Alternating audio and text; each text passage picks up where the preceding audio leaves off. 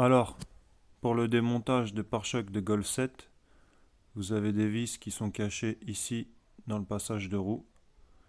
On va le voir de l'autre côté. Il faut déposer les feux, les deux feux arrière. En dessous, vous avez 4 clips. Je vais vous montrer ça aussi après, avec deux vis. Pour démonter les feux, pas besoin d'outils spécifiques. Ça se desserre à la main, c'est des papillons en plastique. Pour démonter le pare-choc, pour le dessous, on a besoin d'un embout Torx de 15 et Torx de 25 pour les côtés.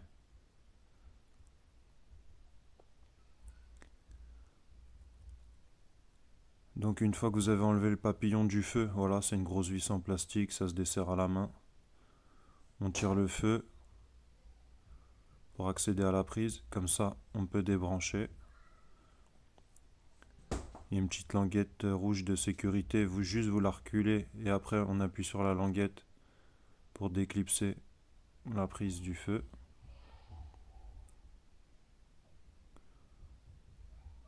Voilà, on appuie sur la languette, c'est déclipsé. On fait pareil avec le deuxième feu. Ici vous aurez des petites pattes à soulever pour déclipser le pare-choc. Et là il est clipsé dans un guide. Deuxième feu, pareil, hop. On démonte ça.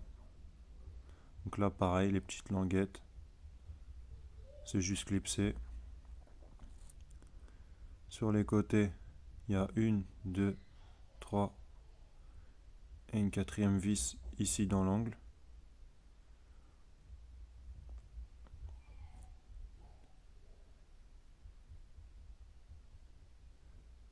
En dessous, il y a ces petits clips.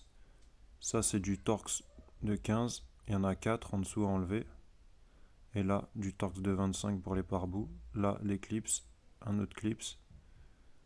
Voilà, une fois que c'est dévissé, on tire légèrement, ça saute. Ou à l'aide d'une petite pince. Une fois que c'est desserré, on fait une petite pression pour le retirer. Voilà. Les vis de pare-bout, ça c'est du Torx 25.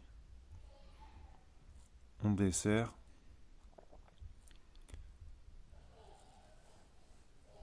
Sur les côtés, on desserre aussi, Torx de 25.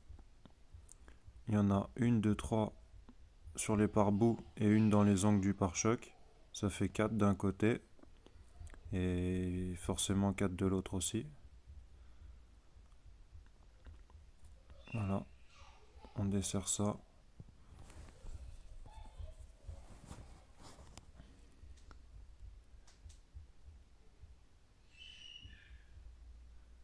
On desserre.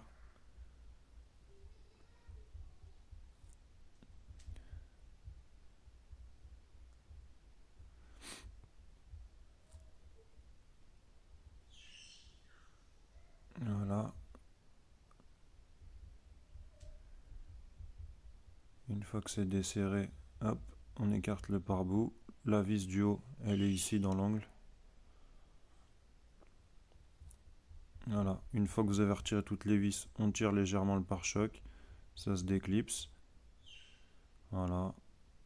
Ici, il faut, avec un petit tournevis plat, lever légèrement. Il faut faire doucement, sinon ça casse. Et une fois qu'on a tout démonté, le pare-choc sort tout seul. Pour les modèles qui ont des radars de recul, il y a tout le faisceau à débrancher, pareil. Là, on fait levier avec un petit tournevis plat, histoire de déverrouiller. Et une fois que c'est déverrouillé, ça se débranche. Et voilà, votre pare-choc est démonté. Pour le remontage, c'est la manipulation inverse. On rebranchera tout ça, on remet le pare-choc en place. Et là, vous avez accès à vos feux de plaque, si vous voulez les changer.